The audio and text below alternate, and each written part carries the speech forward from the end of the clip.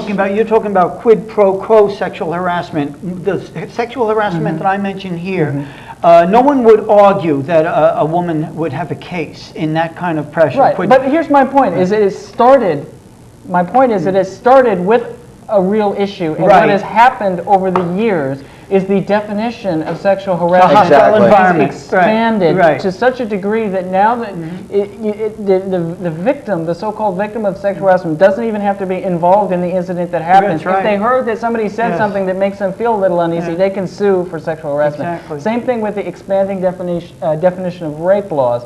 So it's like, of course, rape should be illegal. It's a horrible crime, but now the definition has been extended so broadly that people who have done something that is maybe not good, but not merely the same thing as what used to be defined as rape, but spend their whole life in jail as a result. And there's no consequences for the one who files the false accusation. The woman will not be sent to jail but in France, she will be sent to jail for lying.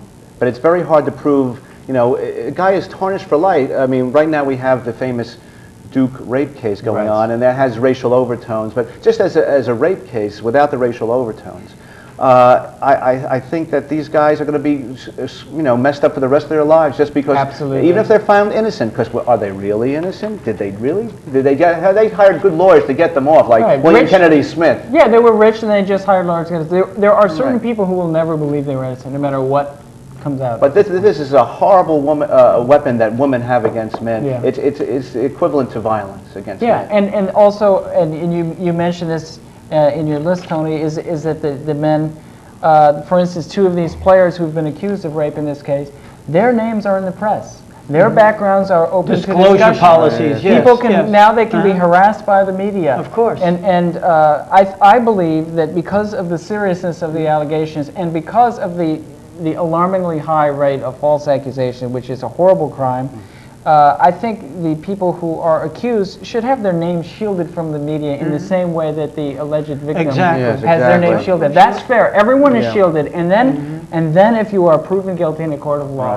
well, everyone is shielded or no one is shielded. Exactly. Well, everyone is shielded. In this age of press leaks, it's going to be impossible to have that come to fruition, unfortunately. Any other ones you want to talk about that are on the list that we didn't cover, gentlemen?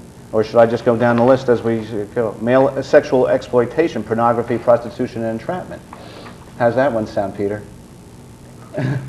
Well, I have mixed feelings about pornography. I actually think that there's something very empowering for men in pornography in that it has enabled men to be able to have an alternative source for some degree of sexual satisfaction that is not entirely dependent upon women. Or another way of putting it is perhaps as you get full value for what you're paying. You know, the magazine costs this much, and you know what you're paying up front, and you're not necessarily going to wind up with a false accusation of rape. You're not necessarily going to get into an argument with the videotape or the CD as you carry it home with you in public and be perceived by the police as perpetrating violence against her and wind up in jail. But the feminists will say that that's degrading to women. And I think it's the... Well, wait a minute. Yeah, but isn't it degrading to men? They're the ones that are buying this. Exactly, that's what I'm saying. saying. They're the ones being exploited. Yes, I know, but the feminists will say the opposite of that. Let's go down the list some more. Well, that's a separate show, Tony, I think.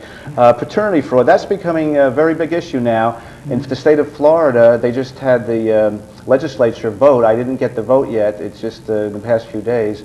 But they wanted to make it fair for somebody who has been paying child support for a child that's found out in later years, even 18 years later, that they're still responsible for the person's child support as long as they were perceived to be the father at the original time without a DNA test. And this guy is suing, he's not suing, but he's petitioning the Florida legislature on this, and the people up in Tallahassee were saying, oh well, the men, if the men don't pay, then the state has to pay. Well, who pays the taxes? The citizens, and most of them, according to the women's movement, are men because they have all the high-paying jobs anyway. So either way, men have to pay. But I think it's totally unfair if you're not the father to have to pay for somebody just because you were perceived to be the father. It's lunacy. I would like to add one comment to what you just said. Sure. And thank you very much. I think that there are many perspectives on these issues. And one of the problems is that we're not hearing all perspectives. So I would love to hear this in public discourse, exactly what you're talking about. But we're silenced every time we bring it up. Well, which comes back to that fundamental issue. Exactly. What the hell do you have to complain Exactly. about? Well, that's why we have the show How dare Mensnet, you. Peter. Right. Thank you, Because- gentlemen. Because there is no other place to show that, to have our views said like this. And you know, a lot of guys and women, they call up or send us emails. Oh, you're just a bunch of complainers. Well, what does the women's movement do? Well, men can't complain because you're supposed to be brave and forthright and not complain about everything. Just live with it. Just live with it. I like that word, supposed. You're supposed. You're supposed to. Yeah. That's great. Yeah. Okay, constitutional inequalities, the Violence Against Women Act, that's very big, Tony. Unequal sentencing, institutionalized gender norming, and inequitable health funding. Absolutely right. I mean, And I would include the draft in that too.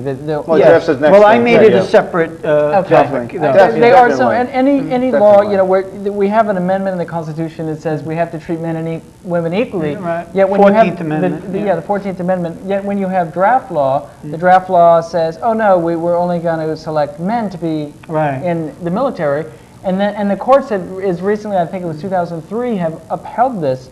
And an argument many feminists will use for that, say, well, men start wars, so men should fight wars. But an 18-year-old who's just out of high school, they had nothing to do with the starting of a war. Well, on that note, So- Mark, we're going to have to end the show. We could do 10 Really? shows on this. Wow. Yes, it went fast, Tony. Very well put together tonight. Mark Sutton from National Coalition of Free Men, thanks so much. And thanks for having me. co-hosting, guest hosting sometimes for us. We appreciate that. Thank you. Peter Allemano, also from the National Coalition of Free Men. We appreciate you being here. Nice to have you both back on the show. Tony, very well produced as usual, I have to say that. And we thank everybody for watching Mensnet, and we'll see you next time. Take care.